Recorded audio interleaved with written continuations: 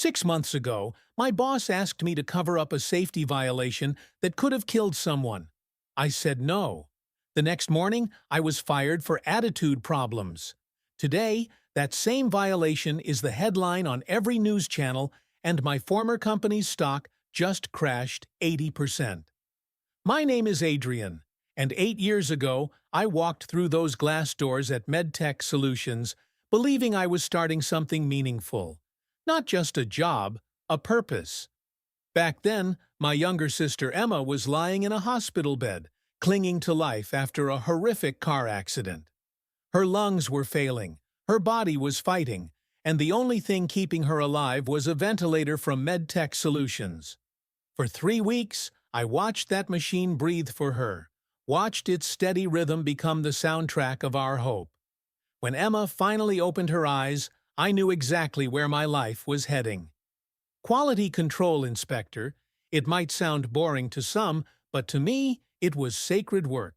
Every device that passed through my hands could be the difference between someone's sister living or dying. I threw myself into it, climbing the ranks, earning respect from colleagues who saw my dedication. 8 years of perfect reports, spotless reviews, and recently, a promotion to senior inspector. I was making a difference, and it felt incredible. But by 2024, things started changing.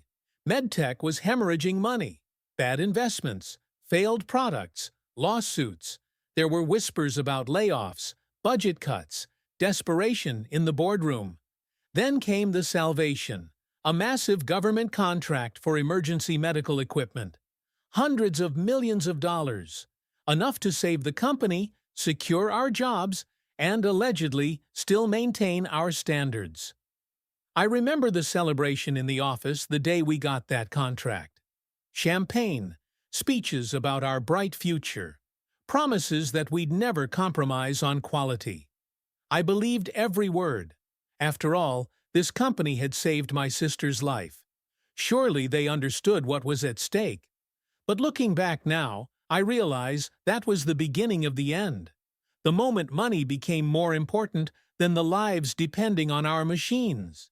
The moment my 8 years of devotion would mean nothing compared to quarterly profits. I just didn't know it yet. How could I? I was still that same guy who walked through those doors believing in purpose over profit. Still Emma's brother who understood what our work really meant. The government contract was supposed to be our new beginning. Instead, it became the setting for the biggest betrayal of my life, and ironically, the very thing that would eventually expose the company's true nature to the world. But that part comes later. Right now, I was still that naive fool who thought doing good work in a good company was enough. Right now, I still believed in MedTech Solutions.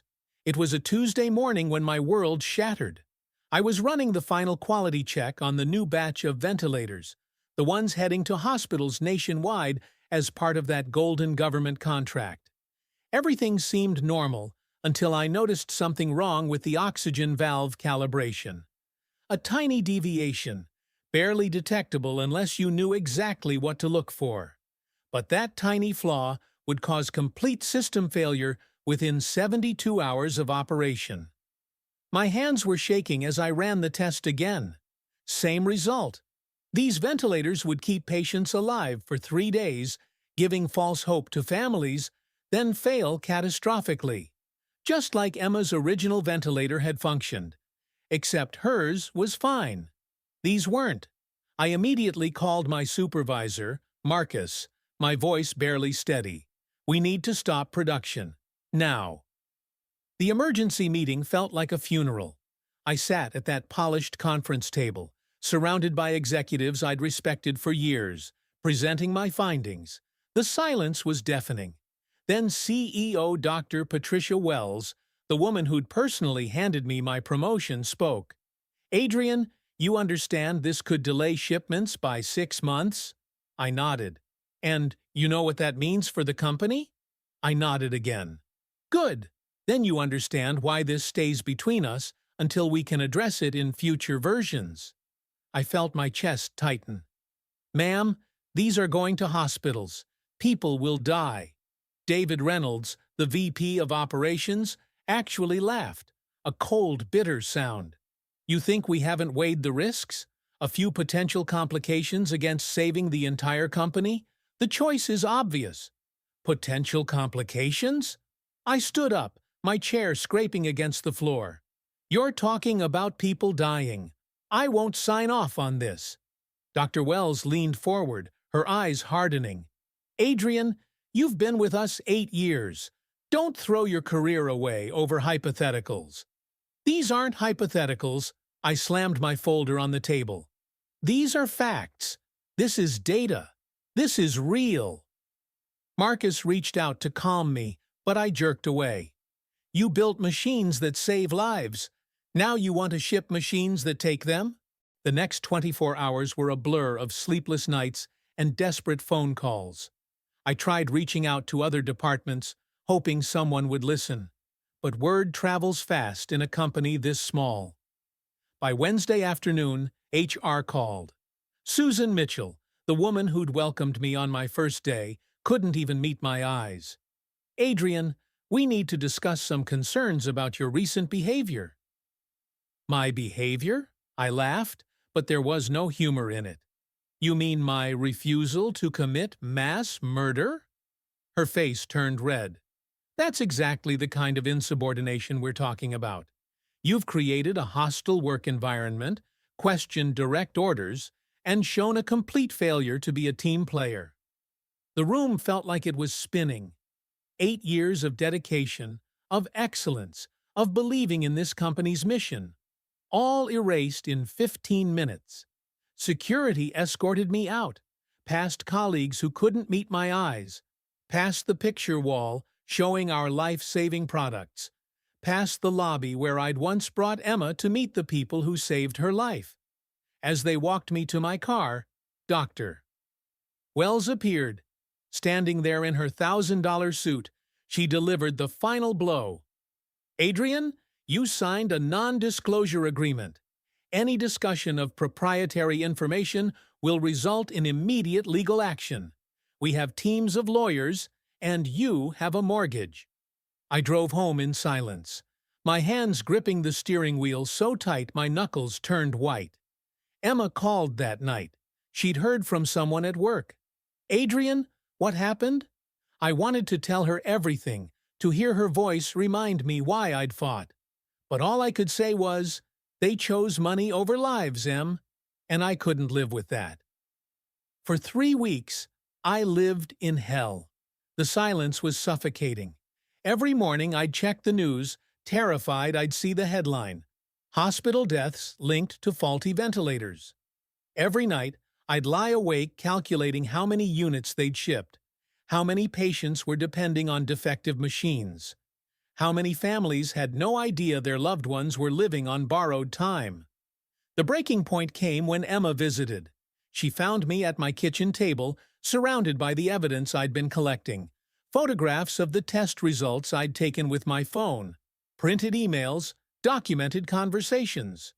Adrian, you can't just sit here, she said, her voice breaking. You're the only one who knows. You're the only one who can stop this. I looked at her, this woman who'd survived because someone at MedTech had done their job right, and I made my choice. You're right, I whispered. But if I do this, I lose everything. My career, my house, probably my freedom. They'll come after me with everything they have. Emma grabbed my hands. And if you don't, how many sisters won't make it home? That night, I began documenting everything methodically. Screenshots of technical specifications, photos of the faulty valves, recordings of the conversations I'd had before being fired. I'd learned from my mistake. This time, I'd have proof they couldn't deny or destroy.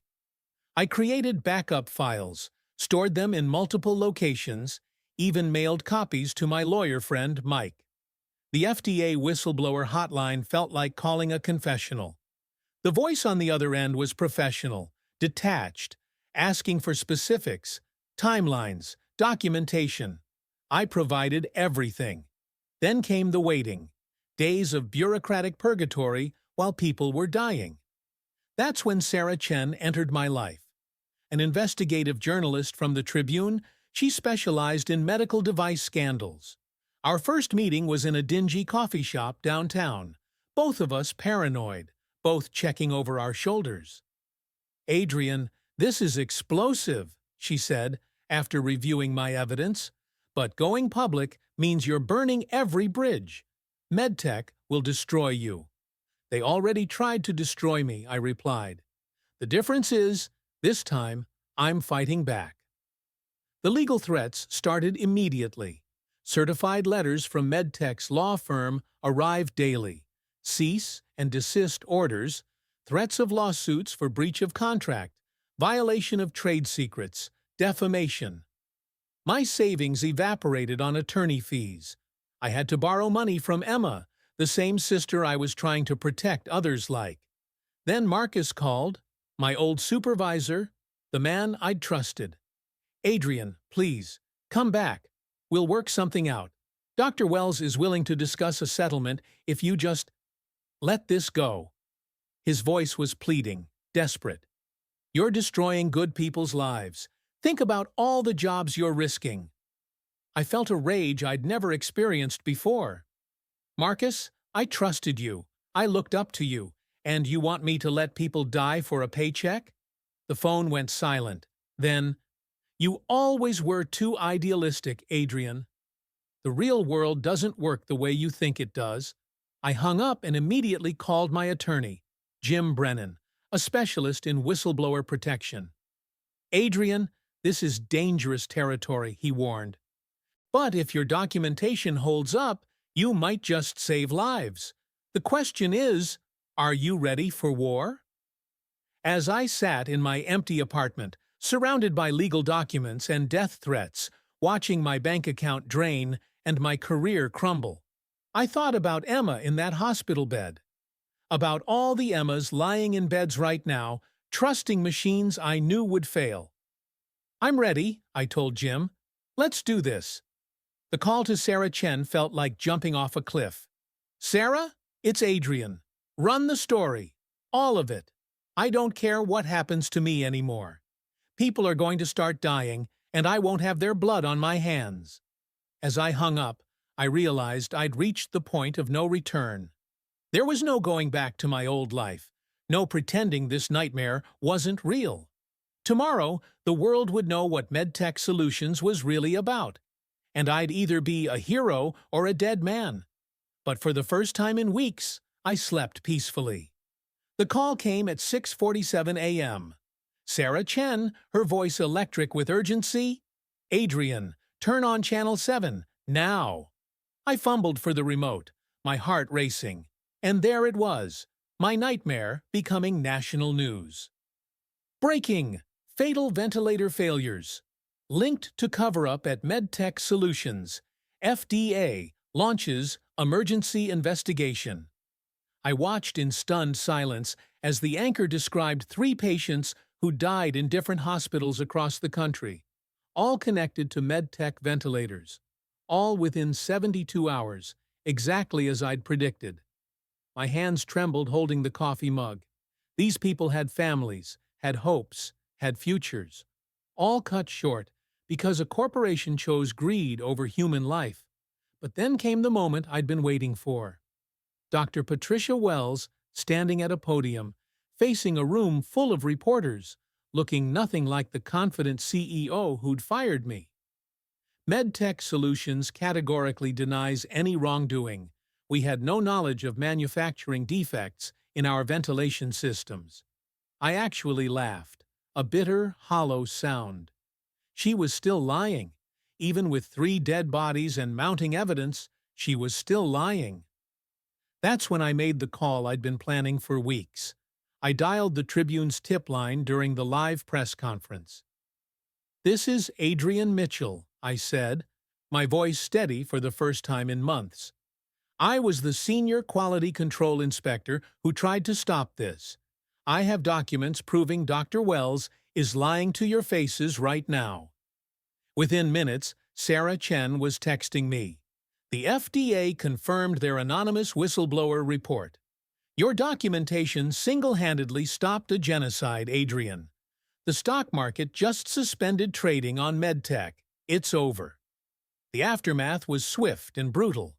By noon, medtech stock had cratered 87%. By evening, FBI agents were raiding their headquarters. The executives who'd once threatened me were now scrambling to hire criminal defense attorneys. 3 days later, my phone rang. Adrian?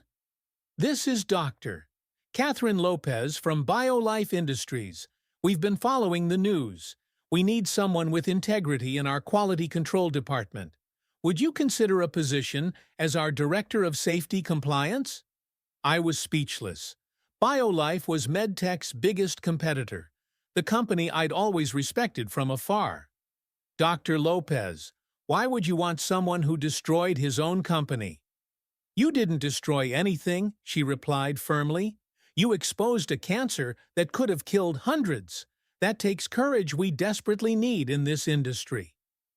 6 months later, I stood in my new office, watching a team of FDA investigators escorting Dr. Wells and David Reynolds out of the federal courthouse in handcuffs.